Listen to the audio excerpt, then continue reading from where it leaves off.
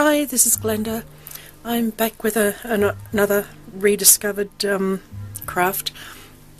I've made a couple of cards and they're based on this magazine, which I consider one of my new magazines because this is Australian Paper Crafts from 2004. So yeah, I guess, I don't know, I won't say anything about age here, but anyway, I really liked the way they did these background pieces, so I thought I'd have a go at that. Nice and easy, it's just an edge punch, and they've basically got two styles here. If I can show it, they've got one where you've got the four corners out, and the other one where you've got two corners out, and they give two totally different looks. So here I've done, one of each. And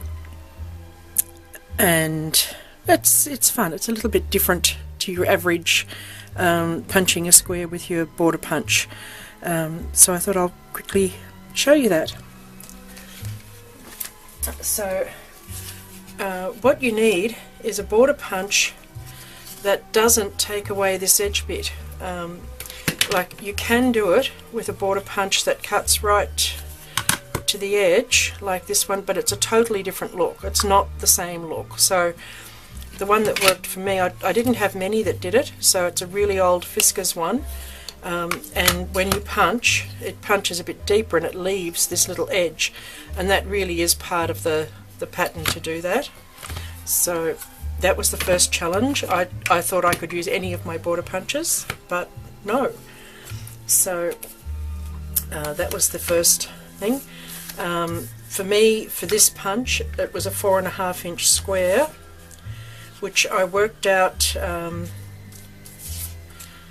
the basis that this was 2 inches, which I think is relatively standard, and then to get the corners I used an inch punch, so that was 4 inches, and then I wanted my gap, so I made it 4.5. So you might just have to fiddle with whatever punch you've got. And it's simply a case of punching in the middle, and this actually has little lines on it which helps line it up, because if you're eyeballing it like I do, it's likely to go wrong. But if you're really picky, you can measure it, and it probably is one of those techniques that has an advantage if it is reasonably accurate, but I'm going for it anyway.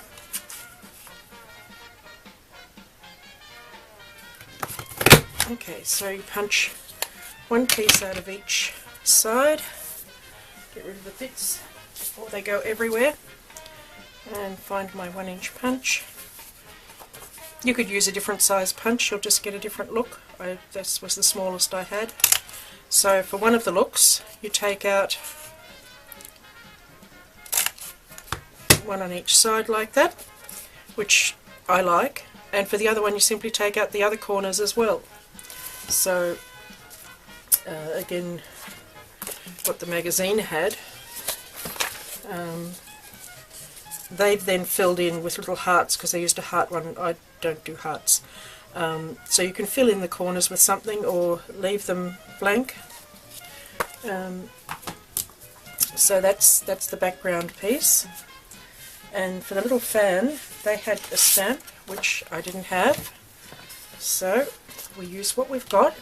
I mean, this whole thing is about using what I've got. In this case, it's about using instructions that weren't seeing the light of day. So I'm using my stash. It's just my information stash. So I'm just going to punch with a scallop punch. This is a 6x6 piece of paper.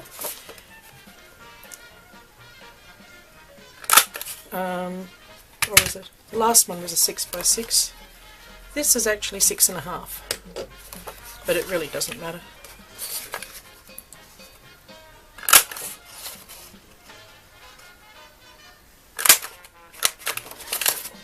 Okay.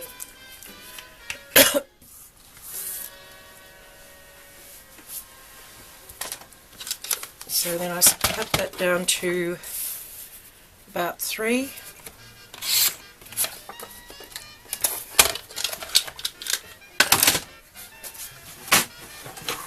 And then you can either just fold it or score it. If you haven't got a scoreboard, you can manage without.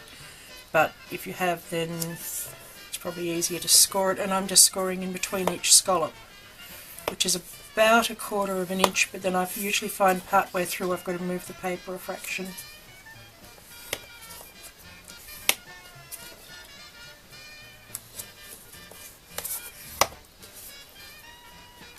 Good if I could keep it straight.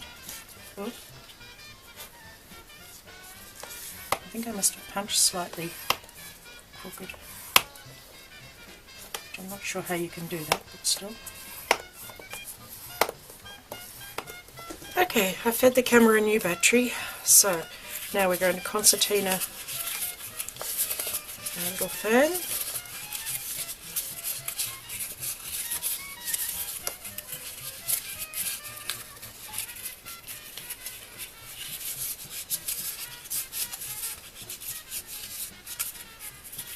Now, because this was 6.5, I do not want that to end pointing up, so I shall cut off this end bit.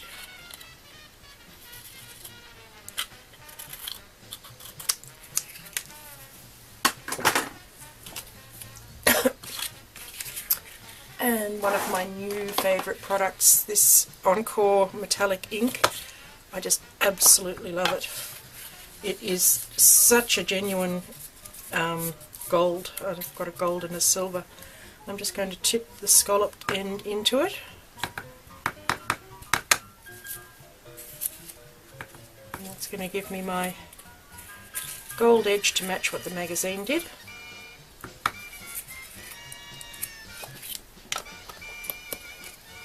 Obviously you don't have to do that if you don't have the metallic ink. You could equally use metallic marker. I don't know, think of something. Sorry, that was rude. So now I'm going to stick on a piece of lace.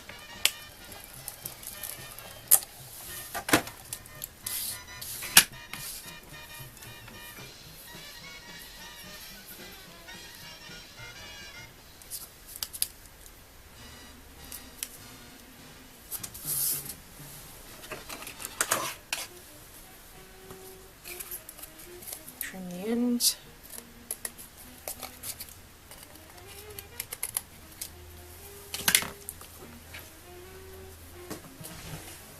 And some double-sided tape.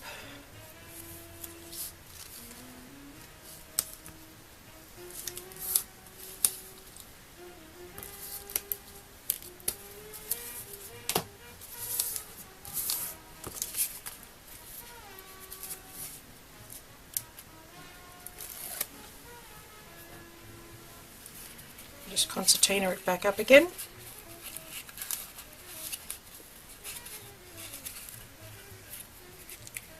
And there's your fan. When you stick it down, I just put some glue across here and here. I used hot glue. If you used wet glue, you'd have to weight it down, I would think.